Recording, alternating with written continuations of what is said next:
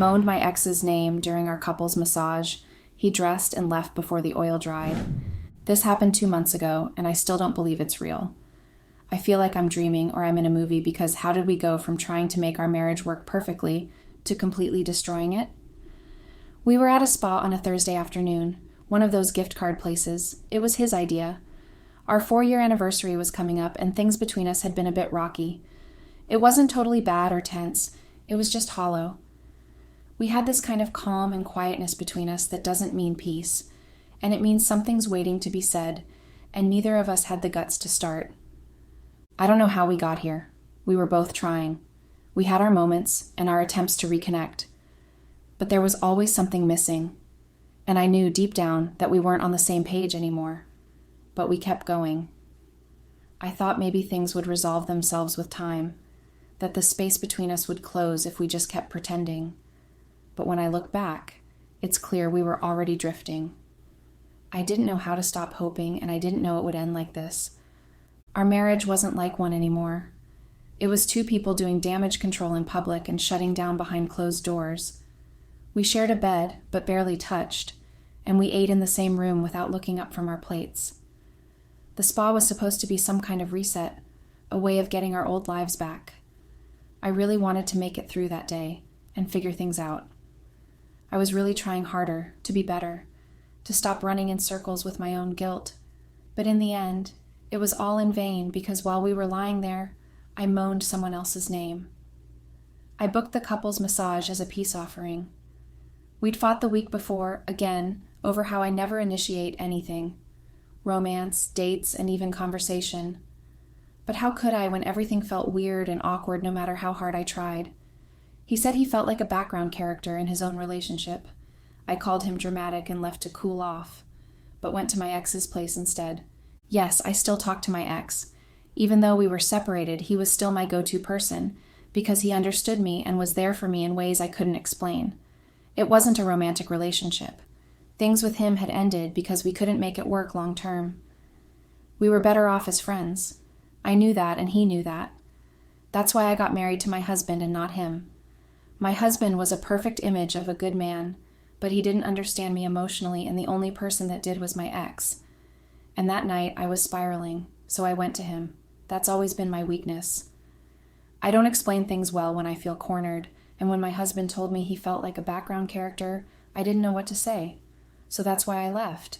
I didn't think it would turn into something bigger. When I met my husband, my ex, Daniel, and me were not fully over each other, although we knew we weren't right for each other. I'm not going to lie, we did have some intimate thing going on between us, but we stopped after I got married. It was not intentional. It's just that I couldn't stop getting it from him, although we knew where we stood. I had to force myself to get rid of my desires because I didn't want to start my marriage that way. My ex understood, and we gave each other space. The first year of my marriage was going so perfectly well until it didn't. We started disagreeing on certain things, and it felt like something wasn't right.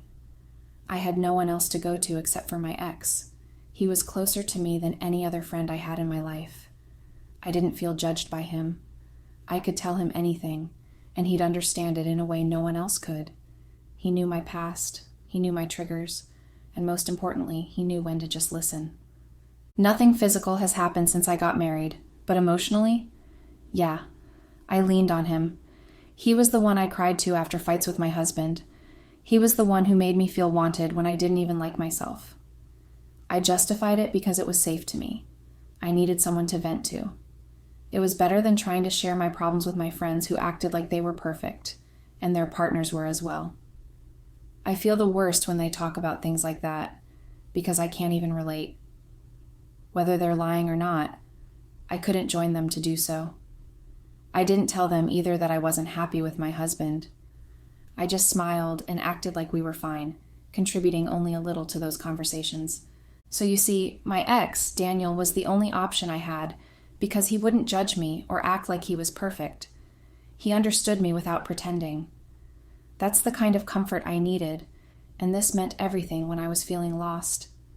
Like I mentioned earlier, we never crossed boundaries after I married, but I never stopped leaning on him emotionally. I didn't want to admit it to myself, but I knew it was wrong. Sincerely, I felt guilty.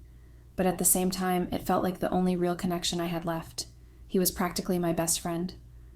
One day, I can't even explain it, but we started having sexual moments again, and it has always been that way whenever I go over to his place. We just talk and then jump right into it. It was like muscle memory, something familiar and something I didn't try to fight. So that night when I got to his place, it happened again, and it was the best so far in a long while. I didn't hold back. Neither did he. I didn't overthink it, and for a moment I didn't care what it meant. I didn't feel guilty or torn. I didn't even feel bad about doing any of this, because things were clearly not working well between me and my husband. So this was my way of coping until things got better. I was planning to stop once the rough patch passed, and for me, those moments with my ex were temporary.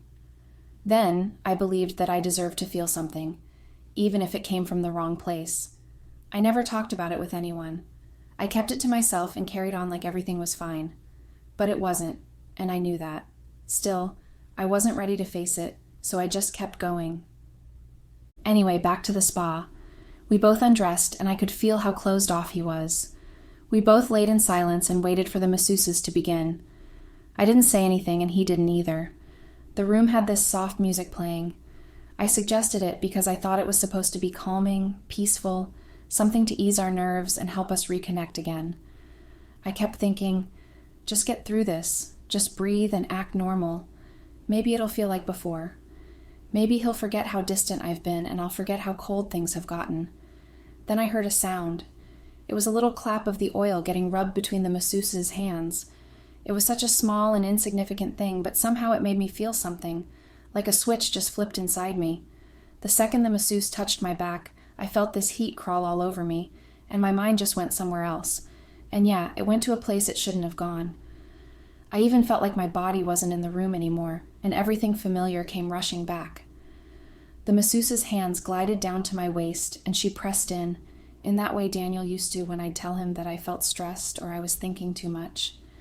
He loved to massage me, and I loved receiving his massages because they mostly ended erotically. When I felt that touch on my waist, I don't know how to say this, but I moaned. Yeah, I moaned. Before I could even catch it, I moaned. And it wasn't just any moan. And my goodness, I would give anything if I could change what I said. I would have preferred if I cursed or something. But no, of everything I could moan in such a situation was my ex's name. I moaned Daniel's name. I said it so softly, and perhaps that was the first problem. That and the situation in which I called his name. I don't even know if I said it out loud or if it just slipped out like a breath. I didn't even realize I actually said it to the hearing of the people around me until I heard my husband's deep, sharp, and heavy voice. He asked what I just said, and I immediately turned my head to look at him, and he was staring right at me. His eyes were so wide, and they were stuck on me like my next answer would determine if he blinked or not. I said I didn't say anything, and in my defense, at that point, I really wasn't sure if I had said anything. It just felt like a thought, not a word, but he wasn't letting it go. He sat up straight and asked again, slower this time, and I could hear how hard he was breathing. I told him that he was overreacting and that maybe he imagined it. I assured him that I didn't say anything, but he wasn't buying it. Then he asked the masseuse if she heard it. She didn't say anything at first, and I hoped maybe she'd just stay out of it. But he asked again, this time firmer. I could see the way things were building up, and I was beginning to acknowledge to myself that I actually said it out loud. So I immediately told my husband to let the girl be, as though I was defending her. I told him that he was pressuring her and that he needed to stop causing a scene.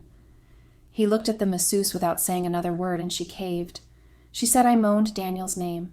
She didn't even say it rudely. She was just stating a fact. That was all he needed. He got up right away, even though he still had oil dripping down his arms and back. He then looked at me like I was a stranger and said I was unbelievable. He said he couldn't believe I had the nerve to lie there with him and daydream about my ex. I wanted to say something, but I had no idea what. I was still half naked, and my mouth felt like it was full of sand. He grabbed his clothes and walked out so fast that I didn't even have time to think. I threw on my robe and followed him out of the room. I didn't care how I looked or who was watching. I just knew I had to say something before he left for real. I caught up with him in the hallway and told him to stop, to just wait a second and take a breath. He stopped, but he didn't turn around. Then he asked me one question that hit me like a truck. He asked if I was still seeing my ex, and I didn't know what to say. I didn't have anything to say. My whole body froze right there. I just stood there, still in my robe, still dripping oil, still breathing hard, and I couldn't say yes or no, because the truth was I was still seeing him. I was still going over to his place. We were still sleeping together, and it was often enough that I knew I couldn't lie my way out of it. I mean, if I wasn't seeing my ex, why the hell would his name come to my head after all these years? And of all the times I could think of him, why during a massage session? I couldn't tell the truth, and I couldn't lie because the lie was unbelievable. I knew I needed a twist, but there was nothing I could think of at that point, so I just froze. Right there, I knew he knew, because he suddenly became silent, and his eyes widened in realization. And believe me, silence can be very frustrating at times, especially when it isn't what you want. We stood there for a while, and I started making excuses in my head. I still didn't feel like I was fully to blame because things had already been bad. I think the fact that I wasn't even crying just showed how without fault I felt. And then my husband asked me again, and this time his words were firmer. He looked me dead in the eyes and asked me if I cheated on him with Daniel. He didn't hold back his words this time, and neither did I. I didn't even think. I just told him that it wasn't my fault. He scoffed, like he couldn't believe I had the audacity to say that, like I had just confirmed everything and still tried to push the blame somewhere else. He didn't say another word after that. He just shook his head slowly, got into the car, and drove off. I stood there like an idiot for a few seconds before the emotions that I hadn't been feeling suddenly came flooding in. The first thing that really hit me was that he might not come back, that I might have pushed this too far. I felt the panic creeping up, so I rushed back inside the spa and got dressed as fast as I could. I didn't even bother fixing my hair or checking my face. I just grabbed my phone, called a cab, and went home. But when I got to the house, there was no one there. I knew immediately that he hadn't come home. Nothing was touched. The bed was still made, and everything was just as we left them in the morning. I called him 5 times, but there was no reply. He didn't even bother declining calls. They all just went straight to voicemail. So I did the only thing I could do. I waited. I sat on the couch for hours, hoping to hear the car pull into the driveway, or I would hear the door unlock. But it never happened. He didn't come home that night, and believe me, I didn't sleep. I just kept checking the door and my phone over and over. The next morning, I had to drag myself to work. I barely put myself together. I felt like such a drag. I didn't even do makeup or put much effort into my outfit. I simply tried to focus and act like my entire life wasn't crumbling. I went to work and the day started calmly, but then around noon, the door to my office slammed open and Daniel stormed in. His face was a mess. His lip was busted, one of his eyes was swollen, and there were bruises down his neck. He looked like he had wrestled a bull. His shirt was ripped and his whole body was shaking. He walked straight up to my desk, slammed his hand on it, and told me I was evil. He yelled it and everyone heard. People started rushing over and I stood up fast, backing away. Daniel looked like I was the thing he hated the most in the entire world. He looked like he wanted to hurt me. Some of my male coworkers, who had come to watch what was going on, saw how hostile Daniel was getting, so they stepped in quickly and held him back. But he kept yelling. He said my husband came after him, and I was too shocked to speak. My husband went after someone, the same husband I was married to? It just didn't sound believable. He said my husband ambushed him outside his apartment and beat the hell out of him. And then he said the part that made my eyes pop. He said, why did I have to make it look like he sexually abused me? I couldn't breathe for a second. I asked him why I would do that, and he said he didn't care, but perhaps to cover up that I was willingly cheating on my husband. Everyone gasped in shock. I was embarrassed, but I needed to clear the air with Daniel first. I shook my head and tried to tell him I never said that. I told him I didn't even talk to my husband since the spa, but he wasn't listening. He kept yelling that I needed to tell the truth, that I needed to tell my husband everything between us was consensual, that I went to his place willingly, that I wanted it, that I was never forced. He spilled every single detail in front of everyone, my team, HR, the new intern, people I sit in meetings with, people I eat lunch with. My reputation just fell apart right there in that open office. Some of the guys had to drag him out because he was causing a nuisance and because really wanted to hurt me. He was still yelling as they pulled him away, and I just stood there not knowing what to do. Everyone was staring at me. No one said anything. They didn't have to. I still didn't understand why Daniel thought I said something like that. I didn't tell my husband anything about him abusing me. I didn't even get the chance to say anything to him. But I figured maybe he just assumed. Maybe after hearing me moan Daniel's name, my husband lost it and created his own story. Maybe it was his way of making sense of everything. I sat back down at my desk. I was visibly shaking. Then my phone buzzed and I picked it up with trembling hands. It was a text from my husband. He said he would burn every connection I had to Daniel and to everyone else. He said when he starts with me, I wouldn't have anyone to run to, that he would make sure of it. It didn't sound like him, and that really disturbed me. It felt like I was reading the words of some evil villain. But I knew those words were serious because I felt fear settle in my chest. Not because I thought he would hurt me, at least not physically, but because I knew he was done being the guy who held everything in. He was going to destroy every part of the life I built behind his back.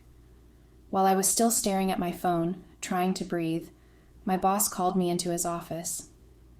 I walked in and closed the door behind me. He didn't ask if I was okay. He didn't even pretend to be gentle about it. He just set it straight that I needed to keep my personal drama out of the workplace. He said that what happened earlier with Daniel was unacceptable, and that my behavior put the whole team on edge and disrupted business.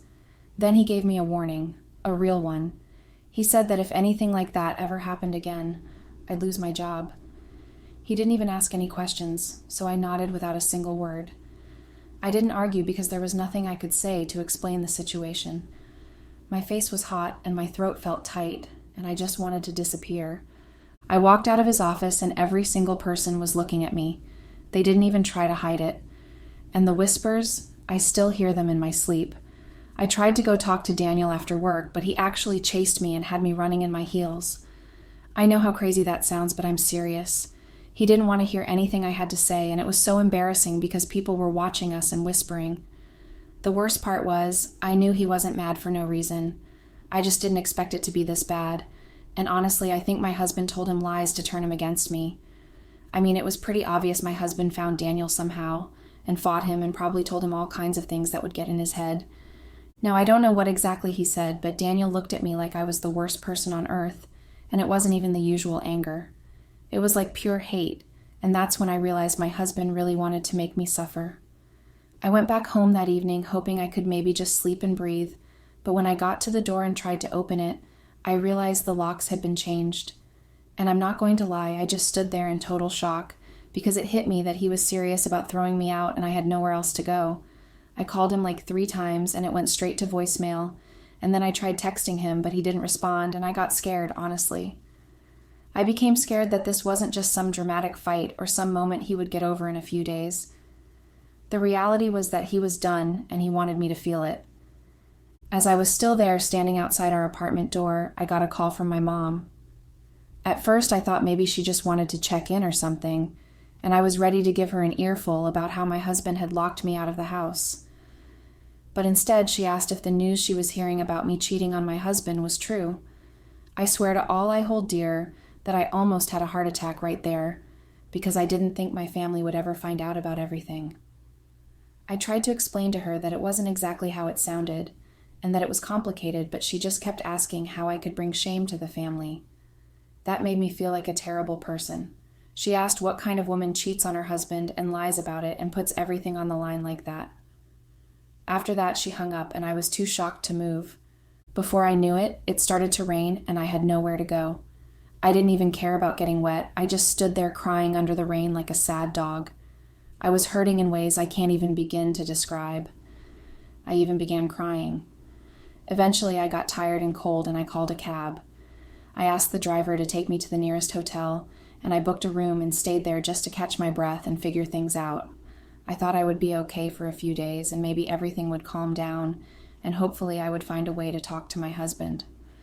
I spent the next few days in that hotel room. I was mostly alone, overthinking and going through my texts and social media. I kept trying to block the whispers and gossips, but they were everywhere. People from work had clearly said something, and now my cousins and even distant relatives were DMing me, asking if what they heard was true. It was humiliating, and every time I tried to get some peace, another message or call would come in. I mean, I know I made mistakes, I know that, but everyone just needed to chill. Like, I needed everyone to calm down because it wasn't like everyone was a saint as well. Anyways, my problems only got worse from there. 3 days later, I went to the front desk at the hotel to pay for the next night, and my card was declined. I thought maybe it was just a glitch or the machine was having issues, so I tried another card and then another, and all of them failed, and that's when I checked my banking app and saw that our joint account was closed. I got a call from the bank not long after that, and they confirmed that the account had been closed by my husband. I just feel it was quite unfair that my husband would just close the account and embarrass me that way. And not long after that, I got an envelope delivered to the hotel. When I opened it, I saw divorce papers and a clean summary of the account with both our names printed on top. And that was when the bell rang in my head. He was really done with me, and he wasn't coming back. I stared at those papers for a long time, just trying to understand how we got here and how it all fell apart so quickly. I didn't even know what to think because part of me felt like he was being petty and taking things too far just to prove a point, and another part of me felt like maybe I deserved it. He was trying to show me that he was not going to put up with me, and I guess he succeeded because I felt completely alone, and for the first time in a long time, I didn't know what came next. Update. It's been weeks since I got the divorce papers. I held out for as long as I could, but it didn't matter because he made sure I signed them. He gave me no choice. He made everything clear with no room to twist it into something else. I felt like I had been dragged to the edge of something and just pushed off. I didn't fight it anymore. I mean, not like I could. I just signed them and walked away. After I left the hotel, I took my bags to my parents' house because I couldn't afford staying at the hotel anymore.